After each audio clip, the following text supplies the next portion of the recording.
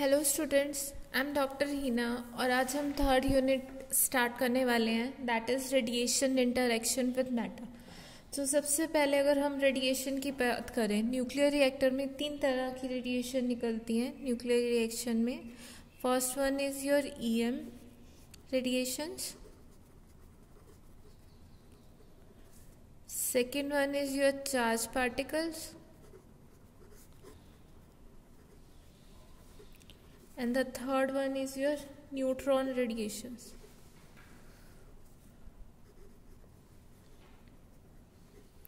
हमने first unit में ये ईएम रेडिएशन और चार्ज पार्टिकल रेडिएशन के बारे में ऑलरेडी पढ़ चुके हैं। आज हम न्यूट्रॉन रेडिएशन या ये इस रेडिएशन के बारे में हल्का सा डिस्कस करेंगे। First of all EM radiation basically जो न्यूक्लियर ओरिजिन की होती हैं, that are gamma rays. Charge particle जो कि न्यूक्लियर रिएक्शंस में निकलते हैं, that are alpha and beta. आप लोग इनका ओरिजिन, इनका स्पेक्ट्रा सब कुछ स्टडी कर चुके हैं। अब हमने ये देखना है कि ये रेडिएशन जब मैटर के साथ इंटरैक्ट करती है तो किस तरह से चेंजेस या इनका क्या बिहेवियर होता है। न्यूक्लियर रिएक्शन में कभी कभी हमारे पास न्यूट्रॉन भी निकलते हैं और वो किस तरह से रिएक्ट करेंगे मैटर के साथ, वो इन दोनों से अलग होगा। चार्ज पार्टिकल है अल्फा बीटा इलेक्ट्रॉन होते हैं, बेसिकली इलेक्ट्रॉन पॉजिट्रॉन, और ये अल्फा जो है दीज आर हीलियम न्यूक्लियस। सो ये चार्ज पार्टिकल है, इनका अगर इंटरेक्शन की हम बात करें, ये तीनों अलग अलग तरह से इंटरेक्ट करते हैं मैटर के साथ। सो फर्स्ट अगर हम चार्ज पार्टिकल इंटरेक्शन की बात करें, चार्ज पार्टिकल मैटर को इधर आयनाइज करते हैं और एक्साइट, ये इस फॉर्म में मैटर के साथ इंटरैक्ट करता है। क्योंकि इनके पास चार्ज है तो मैटर में एटम्स हैं, आपके पास एटम के अंदर एटॉमिक कोर या न्यूक्लियस है और उसके सराउंडिंग में इलेक्ट्रॉन्स है। सो चार्ज पार्टिकल बेसिकली इन इलेक्ट्रॉन के साथ इंटरैक्ट करते हैं, whether elastic collision, inelastic collision और इस न्यूक्लियस के साथ इलास्टिक और इन इलास्टिक कोलिजन के साथ इंटरैक्ट करते हैं। जब उनकी एनर्जी ज़्यादा होती है तो वो आउटर इलेक्ट्रॉन के साथ इंटरैक्ट करते हैं। इनके साथ जब वो इंटरैक्ट करते हैं तो मैटर को इधर आयनाइज करेंगे या फिर एक्साइट करेंगे। सेकंड अगर आप बात करोगे, दीज आर इलेक्ट्रोमैग्नेटिक रेडिएशन, ये इस तरह रिएक्ट नहीं करती। इन पे गामा रेडिएशन पे कोई चार्ज नहीं होता, इनका कोई मास नहीं होता, ये मैटर में कम्प्लीटली एब्जॉर्ब हो जाती है। एब्जॉर्ब होंगी तो धीरे धीरे ये अटेन्यूएट होती जाती है। ये जो चार्ज पार्टिकल हैं ये एनर्जी लूज करेंगे तो इस तरह से करेंगे। सपोज कीजिए आपके पास एक अल्फा रेडिएशन थी, उसके पास 3 MeV एनर्जी है, तो धीरे धीरे जैसे जैसे ये इंटरैक्ट करते जा रहे हैं, मान लीजिए फर्स्ट कोलिजन में energy remaining will be 2.95, next में 2.93, इस तरह धीरे धीरे इनकी एनर्जी डिके करती जाती है। ओके, बट चार्ज अगर ईएम रेडिएशन की आप बात करो, ये इस तरह इंटरैक्ट नहीं करते। ये एक ही कोलिजन में अपनी सारी की सारी एनर्जी एटम को दे देते हैं। और बेसिकली ये अगर ईएम रेडिएशन की बात करो, ये 3 प्रोसेस से एब्जॉर्ब होते हैं। One is your photo electric effect, second is your Compton effect and third one is your pair production. Basic difference दोनों में यही है कि वो अपनी एनर्जी धीरे धीरे एटम को ट्रांसफ़र करेंगे, चार्ज पार्टिकल, और धीरे धीरे एनर्जी कम होगी। सो अगर आप से स्टार्टिंग में 100 नंबर ऑफ पार्टिकल्स लेके चलें तो जब तक एक मिनिमम एनर्जी नहीं आ जाती कि ये चार्ज पार्टिकल स्टॉप हो जाए, तब तक इनकी नंबर सेम रहता है। बट यहाँ बात करें तो अगर 100 लेके चलें, आफ्टर सर्टेन डिस्टेंस 90 हो जाएंगे। बट इन 100 की एनर्जी अगर 8 MeV है से, तो इन 90 की भी उतनी एनर्जी जाएगी।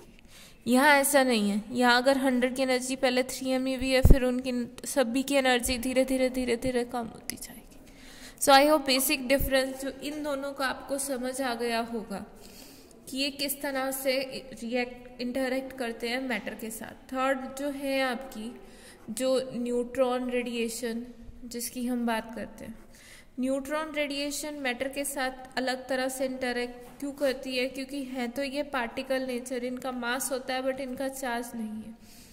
चार्ज ना होने की वजह से ये मैटर को डायरेक्ट आयनाइज या एक्साइट नहीं कर सकते। रादर ये जब मैटर के साथ इंटरैक्ट करते हैं तो कुछ स्पेसिफिक रिएक्शन के थ्रू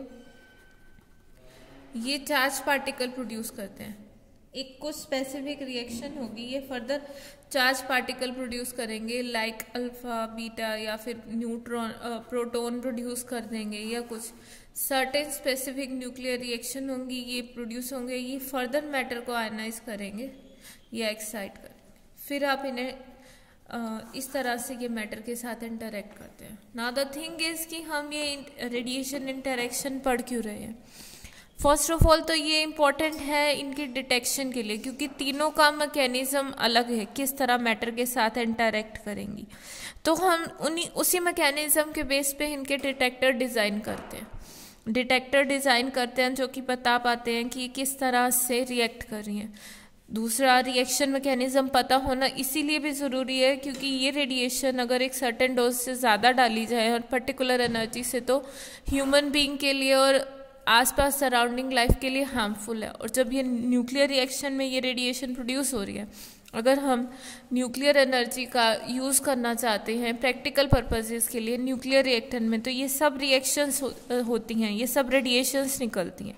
तो आप ये इंटरैक्शन मैकेनिज्म बेसिकली हमें बताता है कि हम किस तरह से इनको रोक सकते हैं या स्टॉप कर सकते हैं। जब आपको पता ही नहीं होगा कि ये मैटर के साथ कैसे इंटरेक्ट कर रही हैं, तो आप इनको स्टॉपिंग के लिए कोई एजेंट किस तरह बनाओगे। अब जैसे इनकी एनर्जी धीरे धीरे कम होती जाएगी, हमें नहीं पता, अगर आपको पता ही नहीं होगा कि कहाँ एनर्जी मिनिमम होगी कि ह्यूमन बीइंग को नुकसान ना पहुँचाए, तो आप शील्ड बना ही नहीं सकते उसके according. But if you know कि आफ्टर 10 इंटरेक्शंस इनकी एनर्जी इतनी कम हो जाएगी कि ह्यूमन बीइंग को नुकसान नहीं करे, तो आप उतनी मोटी मटेरियल की लेयर बनाएंगे ना। So that's why this is important कि रेडिएशन इंटरेक्शन आप क्यों पढ़ रहे हैं। ओके, तो आपके सिलेबस में इंटरेक्शन 2 पार्ट में डिवाइड करेंगे। आपके सिलेबस में ये रेडिएशन इंटरेक्शंस हैं। सबसे पहले हम पढ़ेंगे चार्ज पार्टिकल की इंटरेक्शन। अब चार्ज पार्टिकल देखिए, further if you talk about charge particles,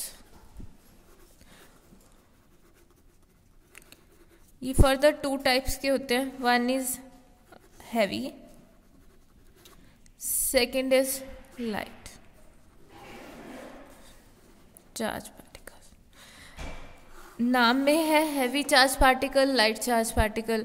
एक इसका ये मतलब मत ले जाना कि जिस पे चार्ज ज़्यादा होगा तो वो हैवी चार्ज पार्टिकल है और चार्ज कम है तो लाइट चार्ज पार्टिकल है। No, it doesn't mean that. इसका सीधा सीधा लिंक जो है मास से है। सो अगर हम बात करें हीलियम की, हीलियम न्यूक्लियस है आपका alpha particle, helium nucleus alpha particle है, या किसी भी एटम का न्यूक्लियस, वो आता है heavy charge particle. Light charge particle में आते हैं आपके electron, positron and so on.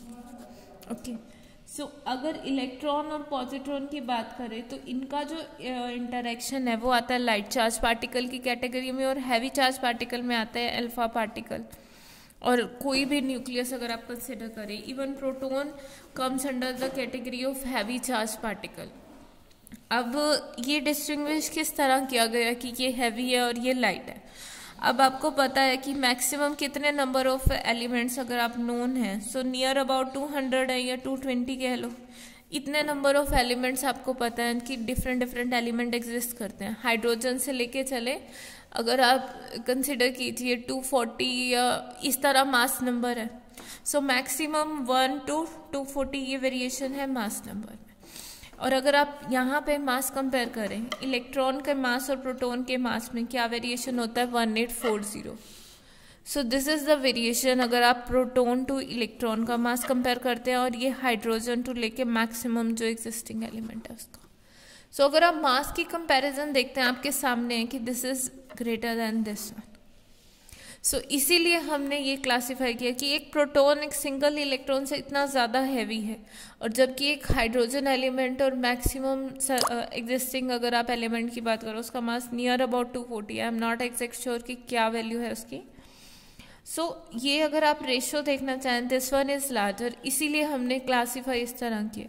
Light charge particle की कैटेगरी में आएंगे आपके पास electron and positron, while heavy charge particle की कैटेगरी में आएंगे प्रोटॉन हो गए, अल्फा पार्टिकल हो गए, हाइड्रोजन न्यूक्लियस हो गया। न्यूक्लियस की बात कर रही हूँ मैं, वो चार्ज पार्टिकल होते हैं, जहाँ भी आयन होंगे वो चार्ज पार्टिकल होंगे जिसपे कुछ ना कुछ चार्ज होगा।